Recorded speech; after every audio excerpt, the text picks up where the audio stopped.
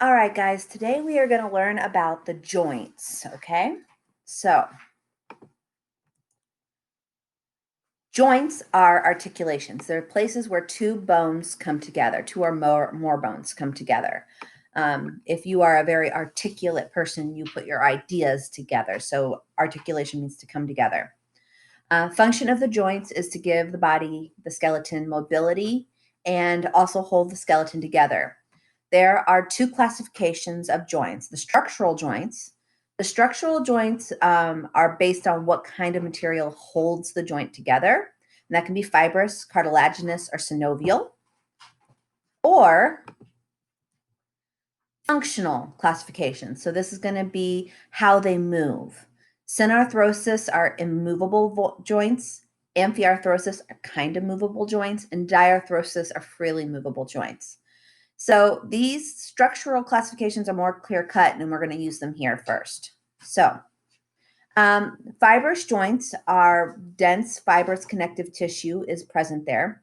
There is no joint cavity. They're mostly immovable, so they're mostly going to be synarthrosis types of joints also. So they can be sutures, which are going to be, remember, the joints of the bone skeleton, the skull bones where they come together. That's a fibrous joint. Or syndesmosis or gomphosis. Now, the sutures are the only ones I need you to know for this class. The sutures are rigid interlocking joints of the skull, and they allow for growth during youth. And the connective tissue fibers allow for expansion. By middle age, your sutures are fully ossified and fused together, and they move. Then your skull moves as one unit and protects the brain. The closed, immovable sutures are referred to as synostosis. I'm sorry, it's one of those words I can't say. All right, so there's a suture showing you here. And looking at this, guys, this is going to be two different sutures. One suture is going to be the the coronal suture and the sagittal suture. Okay. Oh, sorry. This is on the side of the head, not the top of the head. So not the sagittal. This is going to be the squamosal suture and the frontal suture. All right. Then there are synchondroses. Synchondroses are going to be those where there is these hyaline cartilage joints between immovable bones, specifically at the epiphyseal plate and the plate, the part that puts the sternum to the ribs. So the symphysis are going to be fibrocartilages that unite the bone in a symphysis joint. Hyaline cartilage can also be present in these articular cartilages. They are strong and usually amphiarthrotic, slightly movable.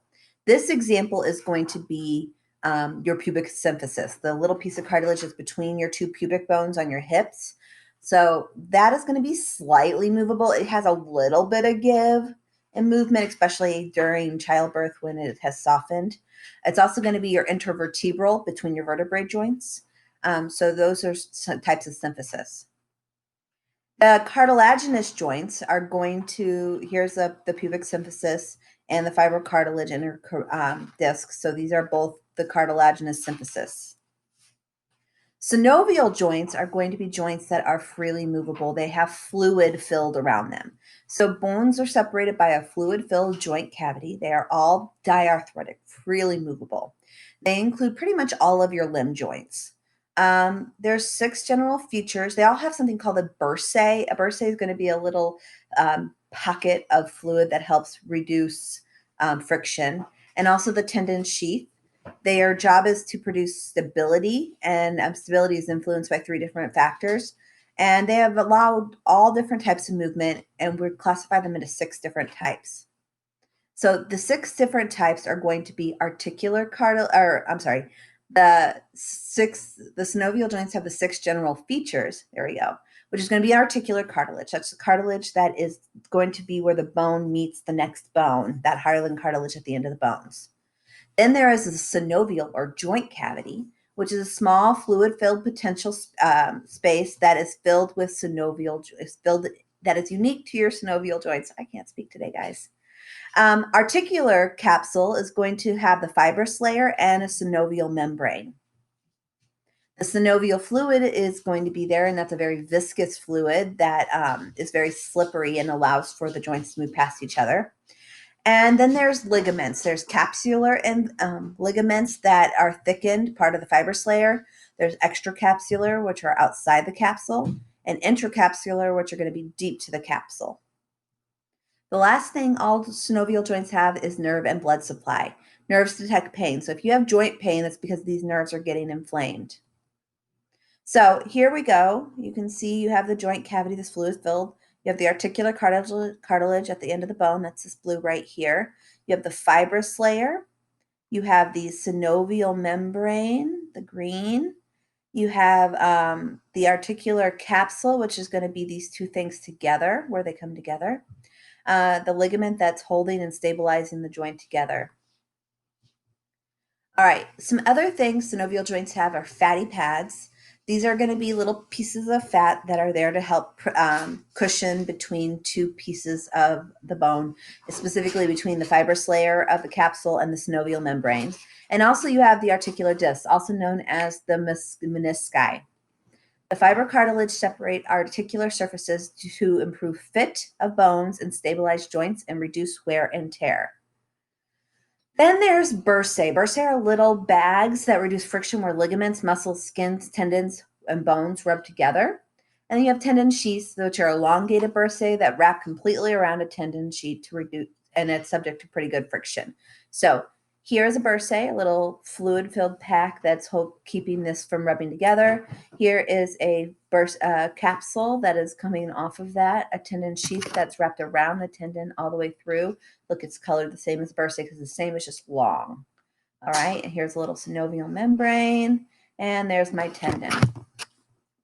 All right. When we talk about movement of a bone, we need to know two things about it. We need to know its origin and insertion. All muscles attach to bone, and usually no fewer than 2 points. The origin is going to be the part of the bone it's attached to that it doesn't move, and the insertion is going to be the part of the bone that it does move.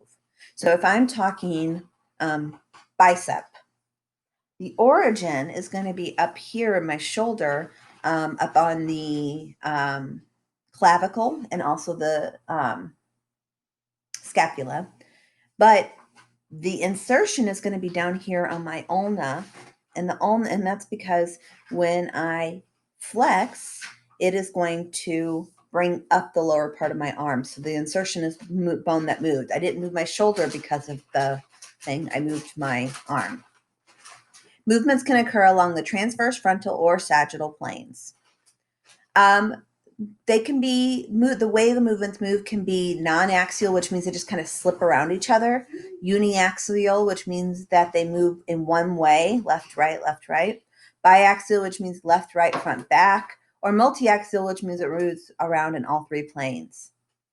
There are three general types of movements. There's a gliding movement, an angular movement, and a rotation. Gliding movements are going to be when flat bones slide past each other. These are going to be between your carpals and between your tarsals, and also between where your two parts of your vertebrae attach. So that's gliding. These bones are sliding past each other. Angular movements decrease an angle between two bones, and they move along the sagittal plane. Sagittal is going to be that center giving you left and rights. So angular movements include flexion, which decreases the angle, so I flexed. Extension, which increases the angle, so I just extended. And hyperextension is going to be beyond the point of an anatomical position. So normal is going to be when my elbow is like this, but if I pull it a little bit further, that's going to be a hyperextension. So here's a few more. Flexion, extension, just straight up, hyperextension all the way back. Here's another one. Flexion, bending forwards, extension, standing up, hyperextension, leaning back. Flexion, flexion, extension, extension. And hyperextension would be going backwards too far. All right. Some other angular movements. You have abduction Abduction moves away from the center of the body, the midline. If you have a child abduction, the child has been taken away from its parents, abduction. So if I take my arms like this, that is abduction. If I bring them together, that is adduction. I'm moving them towards the midline. Abduction, adduction. So I'm adding it to the midline, I'm taking it away. Adduction, abduction. And you probably have done this on the thigh machine, the abduction, adduction machine. So when you are pushing outward, you are abducting. And when you are pushing inward, you are adducting. Circumduction involves flexion, abduction, extension, and adduction of a limb, and it creates a cone. This would be a circumduction. This would be a circumduction. Moving my foot in a circle would be a circumduction. So abduction away from the midline, adduction towards the midline, circumduction making the circle. A rotation is turning the bone around its long axis towards the midline or away from it. You can do a medial rotation towards the midline and a lateral rotation away from the midlines. This is going to be the rotation between C1 and C2. And you can also do the rotation of a humerus and the femur. So rotation. And if I turn my ankle in and out, that would give me lateral and medial rotation. Supination and pronation. Supination, the palm faces up and the ulna and radius is even. Somebody once called it like holding a bowl of soup, supination. Pronation, the palms go posterior. And when you do this, your radius is actually over your ulna. It has flexed over. Then there's dorsiflexion and plantar flexion. Dorsiflexion is going to be bending your foot towards your shin. So making your toes go up towards your shin, making your heel kind of pull down. Plantar flexion is going to be pointing your toes. In dance terms, dorsiflexion would be like hip hop, like a stomp, and plantar flexion would be a point where you like dance on point, like in ballet. So supination, see they're parallel. Pronation, they have crossed. Dorsiflexion up towards the shin, plantar flexion down. Inversion and eversion. Inversion is when you get the sole of your foot to face medially, and eversion is when you get the sole of your foot to face laterally. Inversion, eversion. And then there's protraction and retraction. Protraction, the mandible juts out. So if I go, that's protraction. And if I bring it in, that's retraction. So inversion, sole of the foot going inward. Eversion, sole of the foot going out. Protraction, retraction. Then there's elevation and depression. Elevation is to lift a body part up, and depression is to lower a body part. So this is an elevation, and this would be a depression. Opening my jaw would be a depression. Closing it would be an elevation. Then there's opposition. Opposition is being able to move that thumb. It can touch the tips of all your other fingers, so that's opposition. So elevation and depression and opposition. So here is a table with the same things we've just gone over. If you want them all in one place, there you go. And now let's talk about the types of synovial joints. There are 6 different types of synovial joints: plane, hinge, pivot, condylar, saddle, and ball and socket. All right, so the first one we're going to talk about is a plane joint. And this is where 2 flat bones are going to slide around each other. So your carpals would be a plane joint. A hinge joint is going to be where it moves in a hinge. It has a stop. Your elbow and your knee are both hinge joints. A pivot joint is going to allow something to twist around. So the ulna and radius makes a pivot joint, pivots. A condylar joint is going to be when it has that nice round articular surface to the next bone. So anytime I talk about a condyle with that nice round head, that's going to be a condylar joint. So your metacarpals to your phalanges are going to be condylar. So are also going to be most of your joints. A saddle joint makes where one bone kind of sits on like a saddle over another one. That one is specifically going to be your thumb. Your thumb is in a saddle joint. Ball and socket make that multi-axial movement. You have two major ball and sockets. You have the humerus into the scapula, and then you have the femur into the to the acetabulum.